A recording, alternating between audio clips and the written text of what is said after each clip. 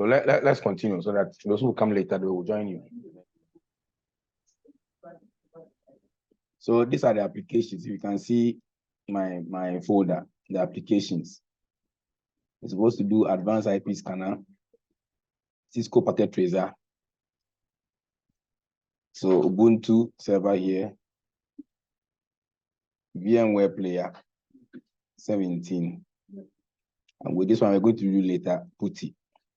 And then, hey, I didn't add server, but I already have a server. So I think it's in my downloads. We're supposed to do this, and then I have them installed. So I'll show you. This is how the advanced scanner looks like. Please, can you see it? This is how the advanced scanner looks like. So we use this to scan the network. So you give the IP address range, and then you say scan. Now, the beauty of this is that once you install it on a computer on a particular network, it gives you the available IP blocks that you can run on the machine. So on this machine, my network is connected to a 172.16.12 network. And then my VMware, which I have opened, connects to 192.168.42.1 network. So it tells you, it gives you a default. So we don't want to do this. So I want to scan my network. So maybe I go to IP network, I cancel this one. I know my IP range. So I try to scan the IP range. We'll get to see all these things. Let me see if it will even scan. Okay.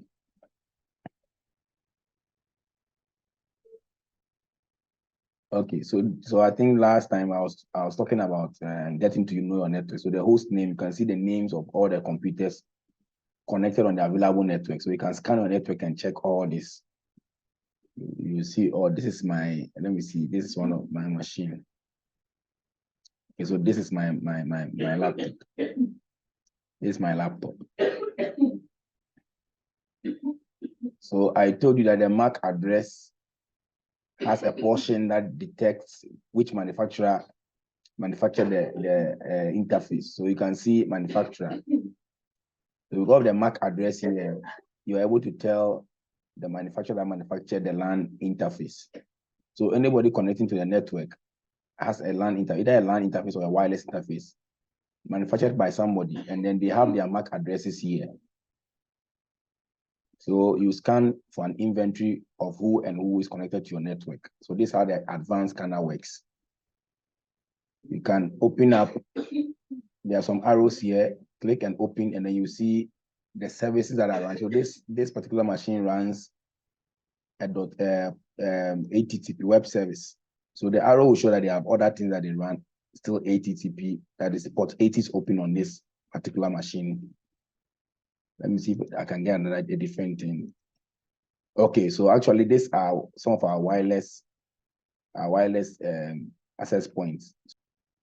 So as a system admin, it's good to have this, to always scan your network and look and check who and who are on your network. And then when you look at this, you know your devices, the names of your devices. So the devices that must be on, you can tell from here that the devices are on and they are working. If it's not on, then you can go and check what the problem is. And then because here we have a naming nomenclature, we know the department, we know the block, and then we know the machine number. So if there's a problem, we know where we are going to.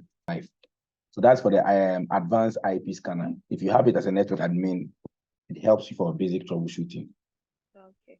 And we're supposed to do Cisco packet tracer. So I have Cisco packet tracer here. This is how it looks like. So like I told you, this is a small network I was trying to build for the class. So this is what Cisco packet tracer will do. You simulate your network. So you have the gateway, you have your distribution switch, you have the edge switches. So this edge switches will go to what? The blocks. You connect all these ones to the blocks, and then this will stay in your server room. This and that will stay in your server room, and then you can connect all the blocks to this switch. So this is a simulation tool. So you can simulate this, the codes. You can double click it to get the codes. So you can go to CLI. and then you can start configuring your switch. And start configuring your switch. So you can simulate your network here, and then when it works, you go and then you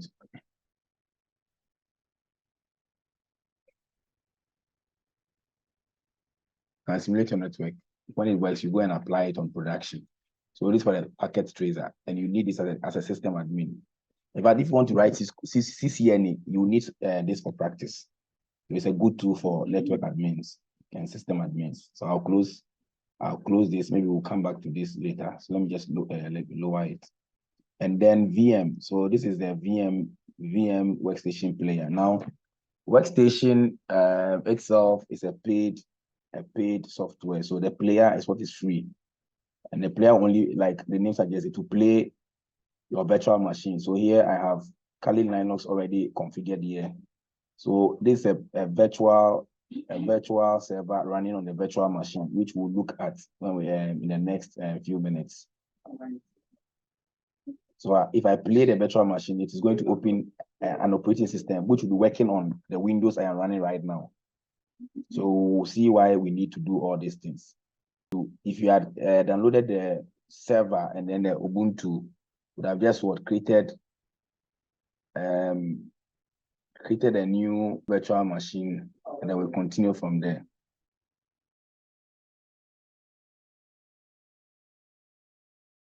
We are going to install this using an image file. You browse for the image file. So I have Ubuntu. Let me go and look for the Ubuntu and then select it. So here, Ubuntu is here, so I'm selecting Ubuntu.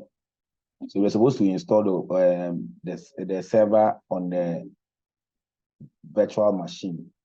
So I'll go to next. I name this as what? Test Ubuntu server. Ubuntu server. Then I continue. And then I give myself like 50 gig for the hard disk. And I say next. I have 2 gig for memory. I say, okay, let's continue. I say finish. When I said finish, it's playing. So it means that it's going to install the Ubuntu. Okay, so you will just leave it for it to install. So try or install Ubuntu server.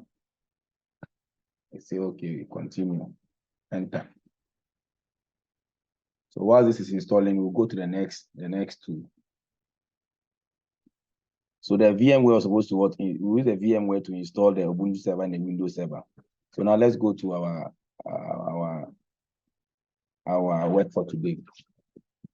So we'll talk about virtualization, like we saw from the VM machines. All we are doing is that we want to install separate OS, operating systems, on a virtual machine. So if you are doing infrastructure services or your network admin or a system admin, there are 2 ways you can run your infrastructure. You can run your servers or your services on a dedicated server. That is a hardware. So you go and buy one server. You install the Windows server or Windows server on that server, and then you only use one server. The second option is that you have the hardware. You will install a virtualized instance, and then on that virtualized instance, you install several operating systems on them. So in the second instance, it means that you have a virtual machine operating system. You will install other operating systems on them. But in the first instance, you will only install maybe the Windows on your machine. So like the laptop you have, your Windows 11, Windows 10, let's take it like a server. So you are installing only one operating system on that machine. Now, whilst we were installing the Ubuntu on the virtual machines, you know that now we have a virtual machine which is installing Ubuntu. You saw earlier that I was showing you a Kali Linux operating system also already installed. So it means that on the virtual machine, I can install several operating systems or several servers. And that's the best way to run your infrastructure services because of cost. If you buy one server, maybe you need 5 servers and you buy 5 different servers. you are only paying so much money. But if you can buy one server, upgrade the memory, upgrade the hard disk, you get more and add, and then you run virtual instances on them. It means that what? You are saving a lot of money. So examples of the virtualized system, we have Hyper-V. You can check all these things. Hyper-V, we have QEMU, we have VMware, ESI, hypervisor. And the hypervisors, we have two kinds. So the type 1. The type 1 is that, like where I just showed you, the type 1 is installing a virtual machine, and then on the virtual machine, installing several OS on it. Let me take this again. So in the type 1, the hypervisor in the type 1, you have Windows already installed on your machine, or Windows server on your machine. Then you install virtual machine on the Windows server. Then now on the virtual machine, you install several servers. That is type 1. Now the type 2, you install the VM straight to the hardware, like straight to the machine, to the hardware, the computer. So the bare metal, you don't have any operating system running on it. You just install the VMware on the metal itself. Then on the metal itself, you install other operating systems on it. I will show you an example. I'll show you an example right now of a live one that is working. So virtualization means that putting lots of virtual instances on one server. So you can what? You can deploy several servers on one particular server. And this is what is championing the cloud services. So on Amazon or Microsoft Azure, they have several instances of servers on just what? Virtual machines running on one host or two hosts. And that's what so virtualization is actually the term for doing cloud computing. So cloud computing is what? Doing virtualization on a large scale. That's cloud computing. Now, why do you have to do consider either you're doing a dedicated server or using virtual machines? Now, performance. Now, if you're using the hardware itself, only one server, you realize that the performance is far better than deploying different OS or operating systems on one virtualized environment. Now, when it comes to cost, I've already spoken about cost. Running several instances on the hardware is cost effective because at least you have about 6 servers which you cannot buy different hardware for them. Then even using one, if you use one computer or even the laptop, you know that most of the services on the computer, you don't even use them. So if you run virtualized environment, you are putting your CPU, your RAM, your resources toward better utilization. And then also with the virtualized environment, you can actually save for backup. You can just save a copy of the OS, save it somewhere, and then even when there's a problem, you can just call it out and then run it. So I will exit this and I will show you something right now on my browser.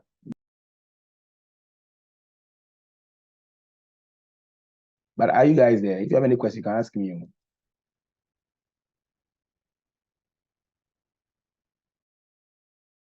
So I'm going to show you something right now. So you see ESXi, like I was just telling you right now. So I'll try and log in and then we see what is happening here.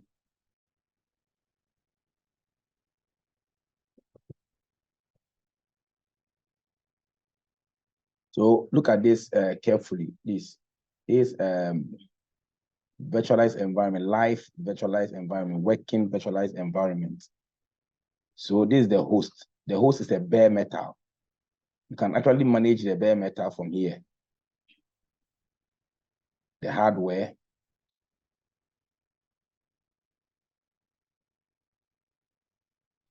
So these are the virtual machines running. So here you can see these are all servers. They are all servers. They are all servers. They are all servers. So I have about 1, 2, 3, 4, 5, 6 servers running on just one bare metal. So if I had gone to purchase separate servers, we are looking at probably 15,000 for one server. You're looking at 15 times 6, but only one server, upgrading the memory and then the hard disk. You can run several servers on one particular server. So this is what we call virtualization. You can actually add more VMs to it. So I'm going to log out and then we continue.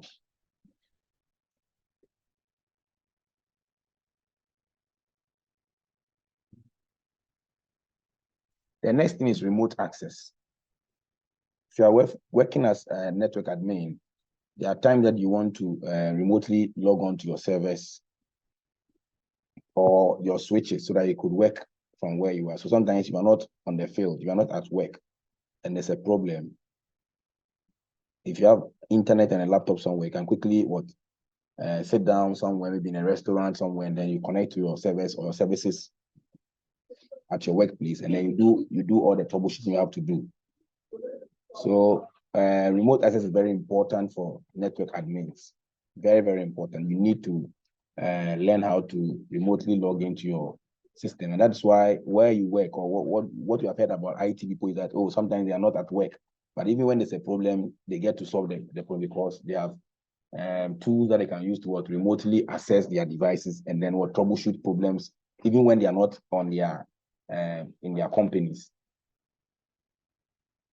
So it's very important that you have the ability to connect to your infrastructure from anywhere in the world. Why? Because at any time there might be problems and you need to solve them. So in Linux, the most popular remote access tool is SSH. So secure shell. That's what we call SSH, is secure shell. If you are the Ubuntu, would have gone straight into Ubuntu, install the OpenSSH, and then we'll try and do a login via SSH to the server, so that you appreciate how we do that. And then we have a remote desktop for Windows, remote desktop. So we have SSH for Ubuntu or Linux-based servers, and we have remote desktop for Windows. Now, we have also TeamViewer and AnyDesk, which can also be used for both platforms, TeamViewer and AnyDesk. So if you are in any part of the world, you can use TeamViewer and then AnyDesk to connect to your infrastructure. Now, what you do is that you have to install TeamViewer on the remote server or on the server, and you have to get the same TeamViewer on your computer. You need to have an ID that you always you have to keep somewhere. When you want to connect, you just connect with that ID and then the password, and you are in, and then you can do your troubleshooting. So let me use remote desktop. So this remote desktop, let me minimize this. Minimize that.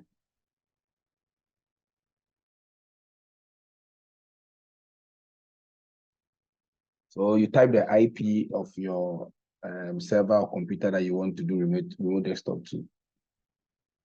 Let me see. Okay, 07. Let me see. Okay. Okay. So I think I've already logged into it before. So if this is your first time, to ask you for username and password, you add the username and then your password.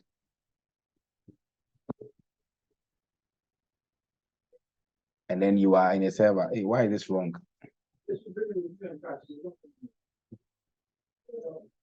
Good, I am in. So that's remote desktop. So I have logged into a server. Let's say I am in France, and there's a problem on my campus or my industry, and they say, "Oh, Daniel, we have some issues. So can you solve it for me?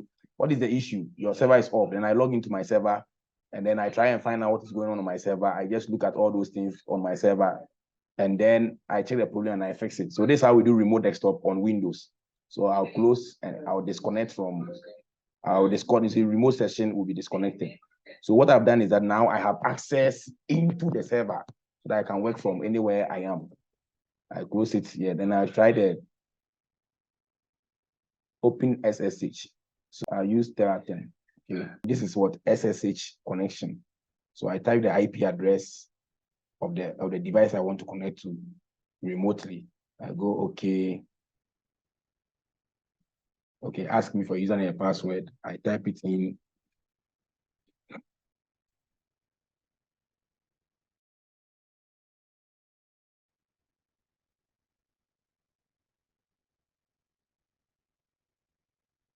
Okay, so that's remotely. I connect to a switch. I check what is going on the switch. If there's a problem, I configure, and then I save and I leave. And then I exit. So remotely, I can connect to any device anywhere I am, any location that I find myself in. So that's remote access. So what we're going to do was, if we had installed the Ubuntu and all those things, would have tried to what? Would have tried to log in remotely to our machines on the on the virtual machines. But since we don't have it, you try and install it, please. If you have any issues, you can just call me, and then I'll guide you through. If you have any issues installing this or having issues connecting, we can do all those things, and then you let me help you. You go to managing services. Go to managing services. So as the system administrator, the reason why you should be managing your services is because you don't want your services to go down. You don't want your HTTP service to be running down. You don't want your web service to be going down. You don't want your probably your time, all those things going down like that. So you should learn how to at least check the status of your service. You should learn how to start your service. You are able to stop a service. So on the Linux, these are the commands that you can use. Then on Windows, you can just let me give you an Windows. I can just go to services. So Windows run. Okay. So I open run and I go to services.msc. And I say, okay. So you can do this also in the server, in the Windows server, 2012 or 2016. And then you open your services. And you check all the services that are running on the server. So as a system admin, you should know which services are very important to the running of what your institution. And you should make sure those services are always running. It is good to have monitors that can monitor those services and then give you a report on them. So from the services dialog box, we can see services that are running on what? The computer. So you can see a lot of services. Okay, so when you click on any on the left, you see start service, meaning that this service is what? Is off. Any service that is running, let me use this one, Acrobat update is running. So you can actually stop the service or restart the service. So I can stop this service and I can start it again. So this is your job. Sometimes there are services that are running, but they are not working well. All you need to do is what? Restart them, and it does the magic. So restart, I think 90% does the magic. So this is how you can check your services on the Windows machine. You can do PowerShell as well. I won't talk about PowerShell. You can read on that. You can do PowerShell as well. Let me see if I can get into one Linux server. Let me see if I can see any Linux server I can connect to. Let me see 7.2.38.123. Okay.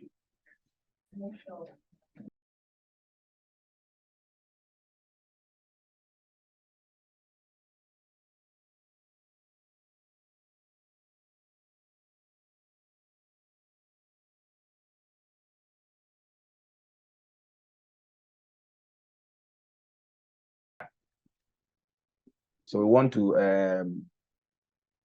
see our services and check how we can restart the service. So to start a service, you just type service and then the service name. I can say Apache 2 and I can say start.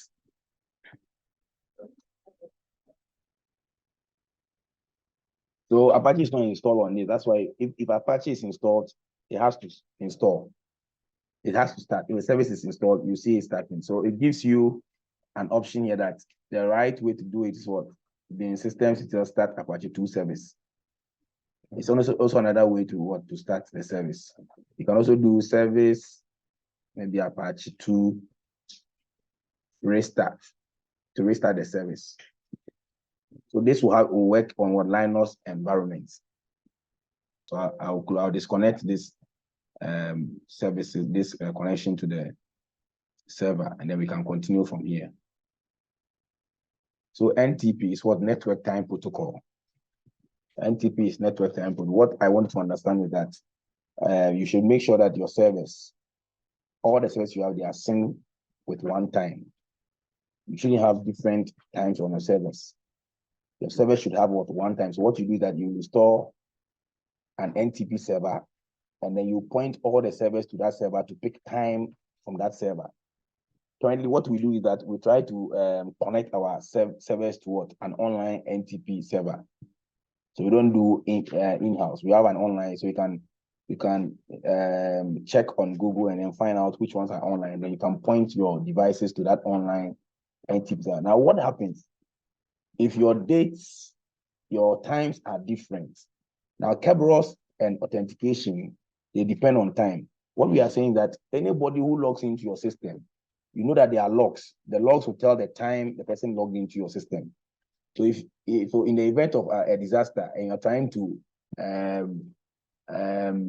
go through your logs, if the server time is different from what we have, like different from the time of the world, it means that you are going to get false reports, false alarm, because the time that you are going to see the logins or the authentications, it will not be consistent with what? The real world time. And that's why you need all your servers to be running on the same time. And then if your time is all behind time, so if your time is behind, you may not be able to access the internet. So anytime you go to a cafe or you have internet, just try it. Set your time to maybe maybe 1 year or 2 years in the past. You realize that whenever you want to go onto the internet, it doesn't work. But if your time is current, it works. So sometimes when your internet is not working, you look at your machine time, the time is behind, it means that you cannot connect to the internet. So you need an NTP server for your services. IP address is, like we said last time, it's your identifier. So that's what we identify every host on the network level with, the IP address. So I hope you when I was doing the scan, you saw the IP address I typed. So these IPs are what? They are 32 bits long. They are 4 blocks. So every dot you see there represents what?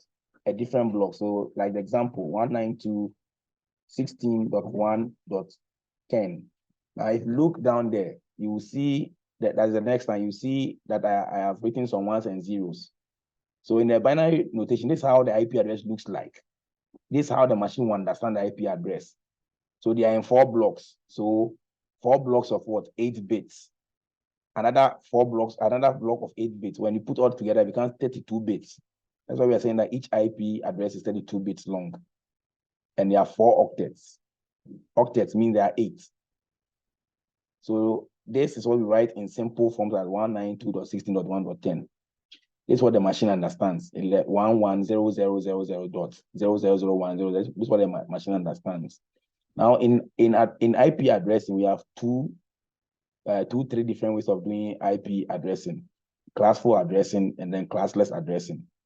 Currently, most of us in the industry, we use classless addressing. Now, classful, I think around 1979 or something, we had 5 classes of what? IP addresses. We had class A, class B, class C, class D, and class E. Now, class D and class E are reserved, so nobody uses class D and E. Now, it was the class A, B, and C that everybody was using. But we realized that the number of machines that we are using currently are multiplying, and so the IP address couldn't reach all the devices that we had on the planet. So it means that we had so many devices, but smaller IP addresses. So they had to change how to use IP address, and then the classless came around. And the classless is saying that you can use class A, But you can break it into multiple IP addressing scheme.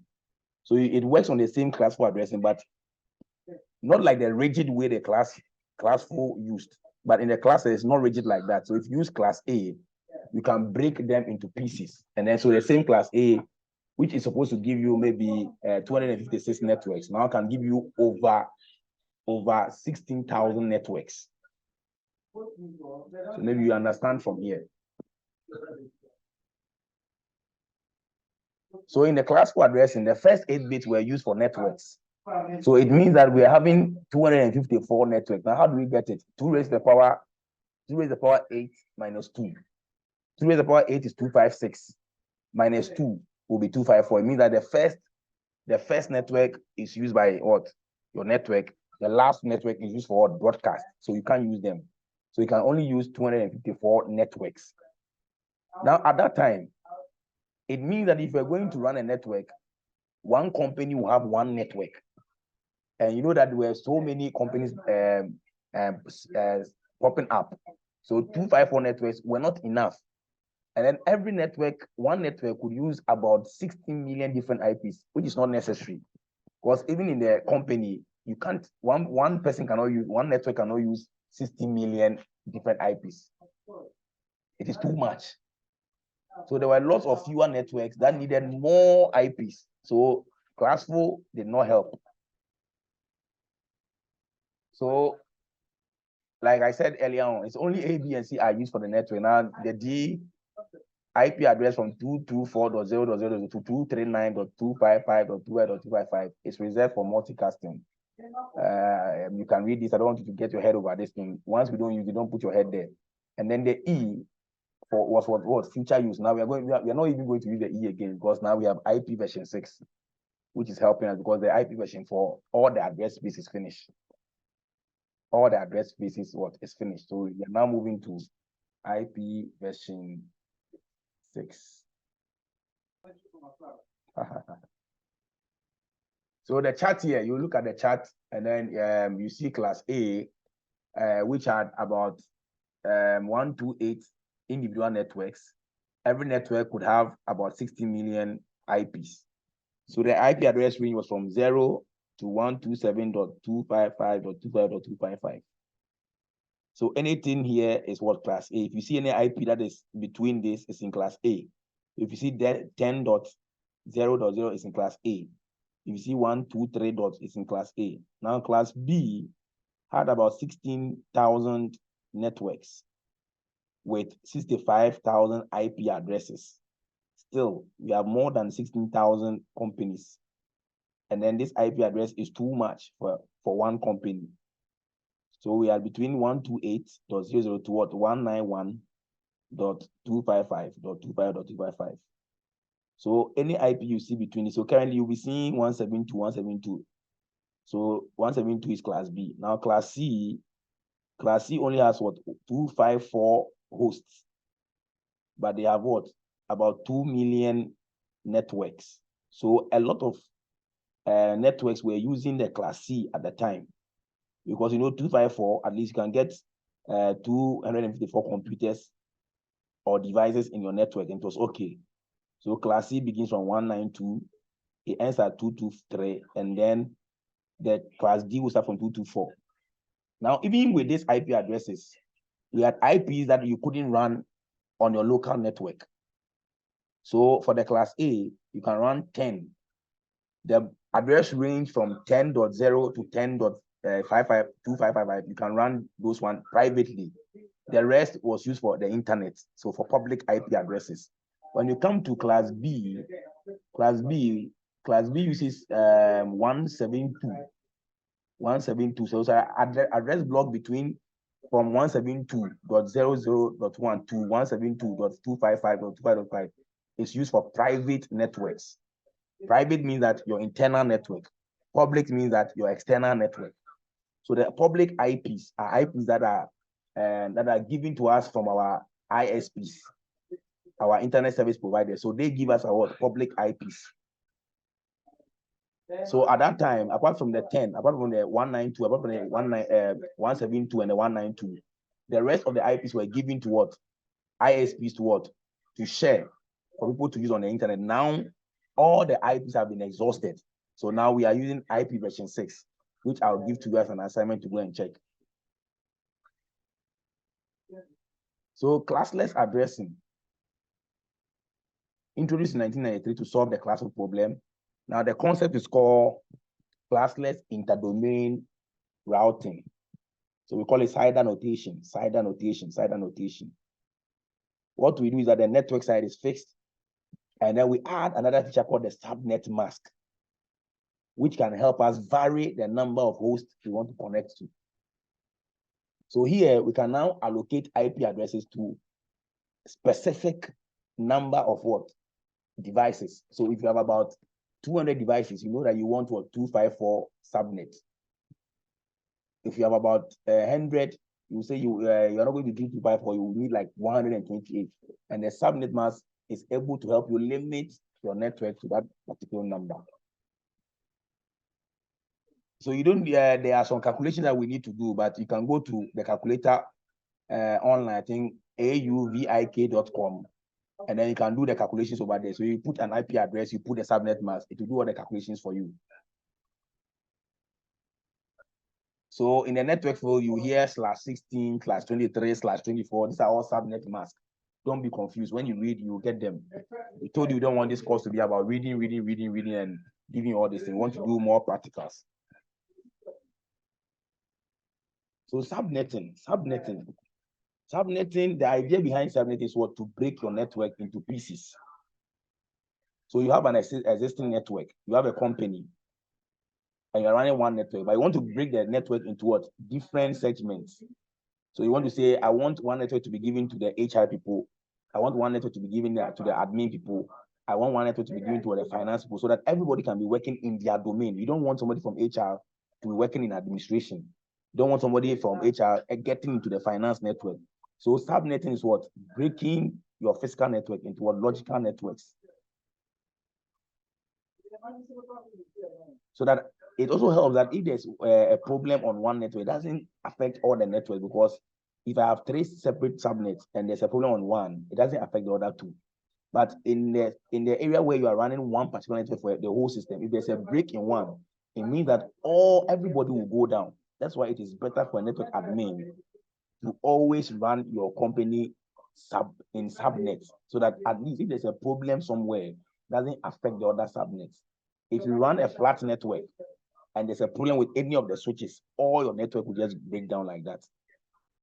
So you need to what? Subnet. So we'll do some troubleshooting. We did some last week. We used NetStart last week. We used IP config last week. Now I've done the advanced scanner demo already. So I'll try the ping and the DNS lookup. So the ping will allow you to test and verify if a particular host is alive or is working. So the ping will allow you to know if your host is working. Then the DNS lookup will give you information about DNS service. I'm trying to explain this in layman terms, because there are some technicalities in explaining DNS service. But the work that it does is that it converts the names of the URL you type into IP addresses. Like I told you, every website you go to, it is not the name that you are having access to. They have numbers, they have IP addresses. So it's your DNS server that converts the IP addresses into the name that you see, like google.com. It has IP address. So that's the work of a DNS server. So I'll exit here, I'll open my command prompt, and then we'll try something from there. So I'm in my command prompt, so I'll say, let's ping something. Let's ping google.com. I don't want to use my IP address. So if I say ping google.com and I do enter, please, can you see there's an IP address there? That's the work of a DNS server. So the DNS, if you look at this IP, this is the IP address, one IP address of Google. So the DNS server has converted your name to an IP address. And then the ping, you see the first one timed out. If it is timing out, it means that you can't reach it. Now, if it replies your ping, it means that what? The host is alive. The host is working. The host is working. If it's giving you intermittent ones like request time or then replies, then you know that there's a problem. There's a problem with what connection.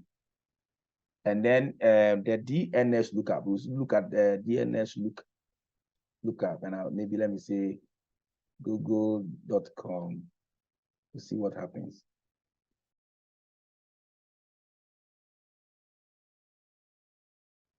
So this session,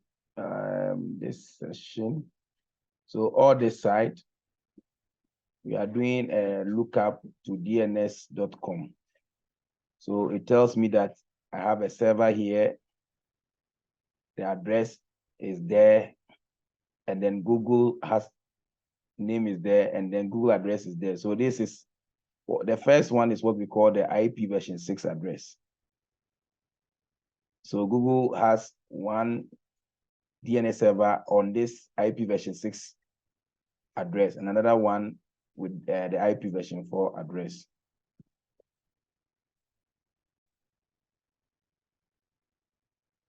So ping will tell you if your system is up or not up. So when you ping and there's a response, it means that your device is available. If there's no response, it means that there's a problem. So you need to go and check what the problem is. So I want us to end here. So next week, we'll configure Cisco devices. We'll use the Cisco packet tracer. So please kindly install the Cisco packet tracer and let's use it. But within the week, try and install the VMware, try and install the advanced scanner. If you have any problem, just contact me so that I can guide you through it. Thank you very much for today. We hope to see you people next week. Please kindly inform your friends that they have to join us. We'll meet next week.